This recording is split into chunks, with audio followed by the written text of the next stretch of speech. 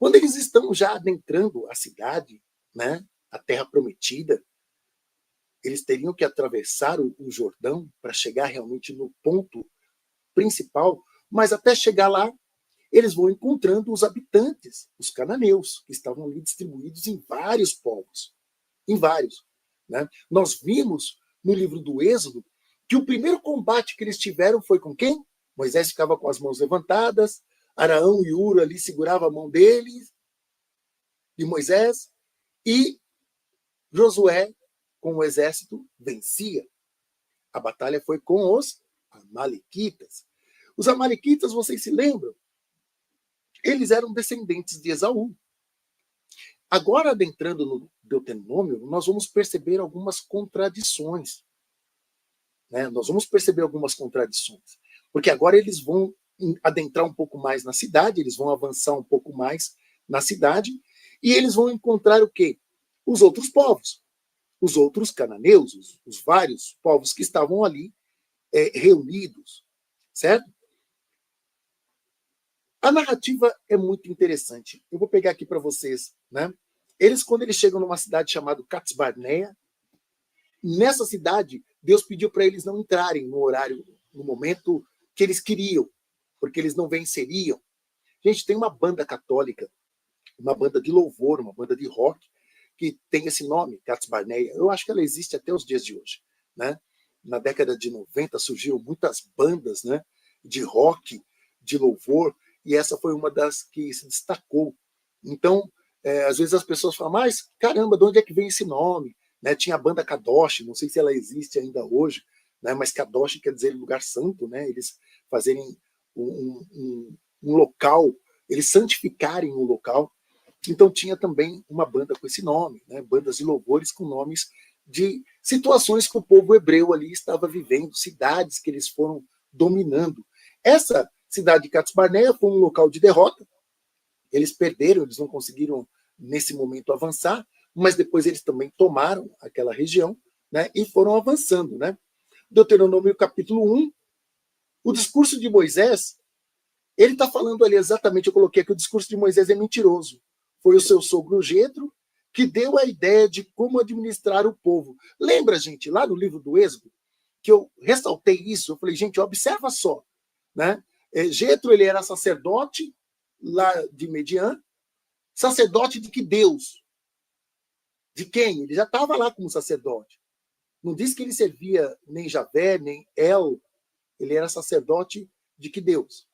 Moisés estava com dificuldade de administrar o povo, de cuidar de todos os problemas, ele ficava o dia inteiro só resolvendo problemas. O Jetro veio e falou, olha, Moisés, você está atendendo muita gente o dia inteiro. Lembra disso, gente? Separe aí, dentre os grupos, né? Dentre as 12 tribos, homens inteligentes, e para um você pede para ele cuidar de grupos de 10, outros grupos de 100, outros grupos de 1000, e para você só vai vir os casos mais complicados. E assim você tem vida, né? Nesse capítulo 1, Moisés ele está fazendo uma retrospectiva e fala que ele que teve a ideia em separar dessa maneira. Mas lá no Êxodo diz que não foi ele, que foi o seu sogro que deu a ideia. Né? Então ele se apropriou ali, considerando que isso aconteceu, tá, gente? Só para perceber a contradição dentro ali do texto mesmo, sabe? Porque eu não estou defendendo que todos esses detalhes aconteceram. Eu parto do princípio, eu, Cássio, que esse povo ele teve alguma experiência assim lá no Egito. Eu sempre falo isso aqui. Eu não sou um radical em dizer assim, não, eles nem foram para o Egito. Eu penso que a quantidade desse povo israelita esteve sim no Egito. Eles viram o poder do Egito. Eles se irritaram com o poder do Egito, porque o Egito dominava tudo na época. Todas essas cidades, todos esses lugares, eles tinham que pagar impostos para o Egito. O Egito era uma força gigantesca nesse período. Entende? Então, toda essa narrativa de Moisés, o povo de Israel, vencer o Egito, nossa, era, acho que, o sonho deles, né? Como um povo que está ali se estruturando. Algumas experiências eles tiveram lá, sim. Né? No capítulo 1 ainda segue, os israelitas estavam com medo dos gigantes que viviam lá.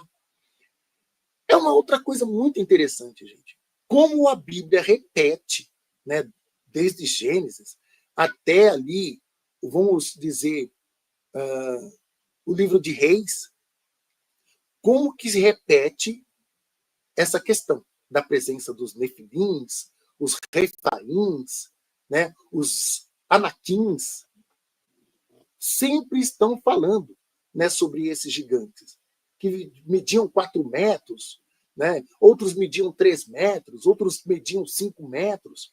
Repete tanto isso, por isso que eu fiz, né, um programa chamado Evidências Ufológicas na Bíblia. Alguma coisa estava acontecendo e eles estavam tentando explicar, né, que no meio daqueles acontecimentos e tal, e no meio das fantasias deles também, na jornada do herói que eles foram construindo, existia alguma coisa diferente acontecendo. Tinha alguns fenômenos acontecendo que, ora, eles atribuíam a Deus, ora, eles atribuíam a anjos. É uma questão bem complexa aí, sabe? Mas eles sempre falaram que quando entrando ali na terra dos cananeus, não importa se era entre os filisteus, os amorreus, os jebuseus, sempre tinham ali os gigantes, que eram um grande problema para eles na hora da batalha. Os israelitas são um povo mau. Deus ele fala muito isso, né, para Moisés. No discurso ali com Moisés, ele fala: esse povo fez o bezerro de ouro, né, em Deuteronômio, Deus está reclamando. Deus ele é bem reclamão, sabe, ali no Deuteronômio. Ele está toda hora dizendo que aquele povo era um povo que ele só não matou lá no deserto porque Moisés intercedeu. Porque a vontade dele era matar todos. Né? E até na última live eu falei, parece que Moisés tem mais consciência que Deus.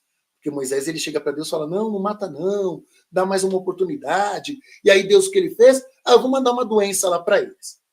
Então esse Deus ele manda doença, ele manda morte, né? E isso se repete muito. Né? Então, a gente vê assim que Deus ele faz essa narrativa, dizendo assim, olha Moisés, nem você vai entrar na Terra Prometida. Porque ele culpa Moisés também daquilo, do todo o erro do povo. E ele fala, e nem esse povo também vai entrar. Eu vou dar um jeito, né, de impedir que isso aconteça. Eu vou matar esse povo todo. Eu vou deixar só os filhos dele, porque eles ficaram 40 anos, segundo a narrativa, né, eles ficaram 40 anos no deserto.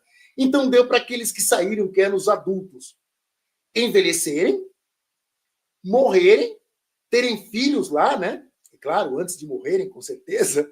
Então, os filhos deles que realmente entrariam na Terra Prometida. Então, veja bem, a promessa que Deus fez de matar todo aquele povo que saiu do Egito, ele pôs em prática. Então, veja, na contagem ali da Bíblia, saiu de lá 600 mil homens, sem contar mulheres e crianças. Então, assim, vamos pensar em 2 milhões, 3 milhões de pessoas. Pois ele matou, vamos dizer assim, dos adultos, né? Vamos pensar pelo menos uns 1.500, 1.500.000. Matou no deserto. E ele diz, eu vou matar esse povo. E só dessa leva antiga vai entrar quem? Caleb e Josué. Que Josué ele vai acabar substituindo Moisés aí na missão. Porque até Moisés foi proibido de entrar na Terra Prometida.